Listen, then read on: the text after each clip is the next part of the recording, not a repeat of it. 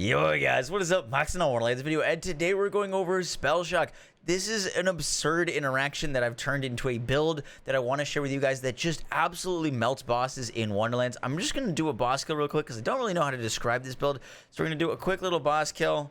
That's the boss kill. Parasite is now dead off of that one little taser shot, and yeah. It is absurd. It's so silly, and I want to share how to do this with you guys because I've been having an absolute blast with it. I hope you guys enjoy the video. Let's get right into it. Now, I'm going to be going over all the gear you need to know for this build, but at its very core, the very basics of this build, all you need is a Queen's Cry with the taser attachment. Queen's Cry can come with zip rockets, they can come with the taser. You're going to look out for the taser attachment. And the taser attachment has a very unique interaction with the Stabbomancer's Capstone Executioner's Blade. The Stabbomancer's Capstone reads, gun and spell critical hits have a chance to create an ethereal blade above the target that will impale them after a short delay.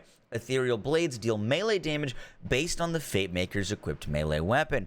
Now, the real crazy thing about this is Executioner's Blade does not have an internal cooldown.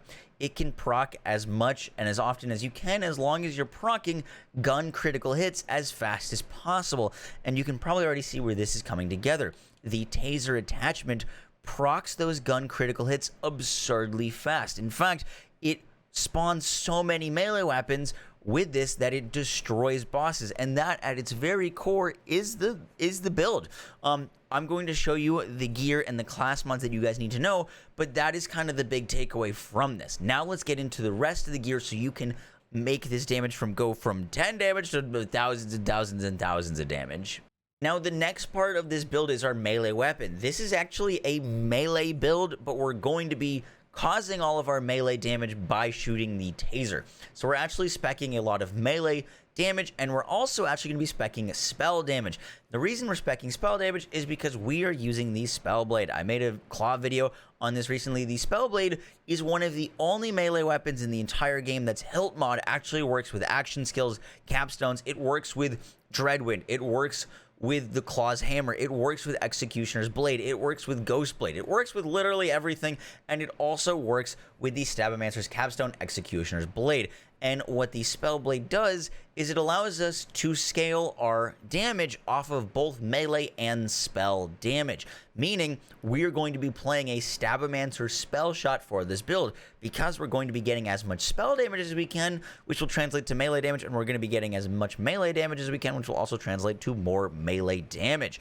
And the Spell Blade is going to be the weapon that is constantly proccing from our taser shots. For our shield, we're using the Bad Egg shield. The Bad Egg is going to give us increased movement speed and give our melee damage bonus dark magic damage. This is going to give us a little bit more survivability, more damage, and what this shield doesn't say is it actually has a 35% multiplicative melee damage increase as like a hidden effect on it. So it's actually going to give us a big melee multiplier. So we're dealing tons of melee damage with this. This thing actually will out damage the Cursed Wit for this melee setup. In addition to that, we're using the Universal Soldier, and the Universal Soldier reads whenever you deal melee damage, you have a 30% chance to instantly reload 100% of your currently equipped gun's ammo. The tasers will constantly be proccing blades, which will constantly give us our magazine size back. This allows me to basically infinite fire tasers, chaining to enemies, causing ridiculous status effect damage, ridiculous like melee damage. I don't even know what came out of my mouth there. I'm gonna be honest though, besides the Queen's Cry, like, you can kind of use any weapon with this setup. I've messed around with just about any weapon that you enjoy using, that you want to shoot. If you're shooting them with this build and they're proccing the Spell Blade with our current setup, they will just fry enemies, but the Queen's Cry definitely does it the best. For my class mod, I'm actually rocking the exact same class mod from the Cold Snap build. I just grabbed it and moved it over to this character. The reason I'm using the Paradigm is because we're going to be increasing our spell damage with the Spell Shot, and that spell damage is going to get transferred into melee damage. And then we can increase our spell damage, which will get converted into melee damage with not only the Paradigm, but also the Spell Blade.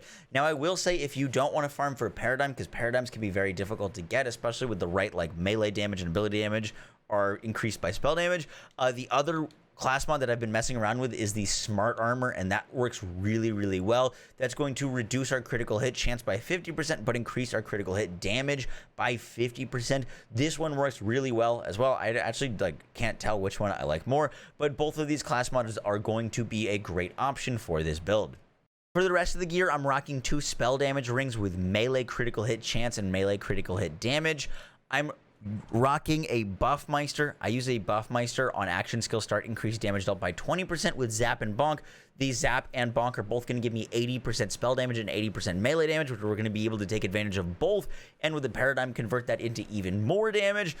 For mobbing, I actually use the Arcane Bolt spell because it's a very spammable spell with the action or on spell cast increase your damage dealt, which is a very nice roll, and I'll actually pair that with the Urge amulet, which whenever I cast a spell, I'm going to reduce my action skill cooldown by 20%. This allows me to get my action skill back very quickly because our damage is so much better when we're in our action skill. And showing on screen is my skill tree. This video is already going to be a little bit longer, so I just wanted to quickly point out some things. We're getting sneak attack for tons of crit damage. This is mainly a bossing build. It does work for mobbing, but it's mainly just to melt bosses as fast as possible. So this spec is kind of focused on that. We've got tons of points into Arsenal for melee and spell damage increase, which we're going to benefit from both of. Potent Poison for the dot damage. Exploit the Weakness. Exploit the Weakness, if you did not know, is not... You can stack with just one source of damage. So like, for example, you don't need like a bazillion dots in order to get Exploit Their Weakness to work. The way that we're using it, we're actually getting full bonuses from Exploit Their Weakness. Elusive gives us a little bit of survivability. Not great, but it's just a little bit because, once again, we're not a very survivable build, but we deal a ton of damage. Alchemic Agent is super important to apply random status effects. Executioner's Blade is what this build is based off of. And then for the Spellshot setup, if you wanted to get a little bit more survivability and not use the Bad Egg, I would get rid of Mage Armor, but I really like having my shield down because it's just going to give me that dark magic damage constantly.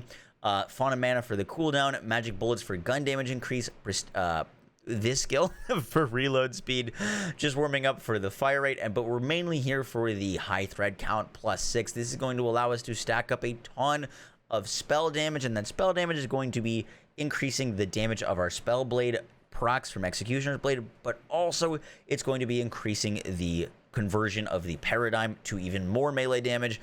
I just wanted to show my myth rank real quick because I've actually decided against putting points into myth rank anymore, just to try to keep things on a more level playing field. Obviously, myth rank is kind of nuts. You can get some crazy bonuses for it, but I don't want people to think that they can't do the damage that I do, or my builds only work because I have so much myth rank. So I'm not spending any more myth rank. I've got 168 unspent points. And then for my hero stats, I'm boosting my crit damage, not really caring too much about crit chance, and my status damage.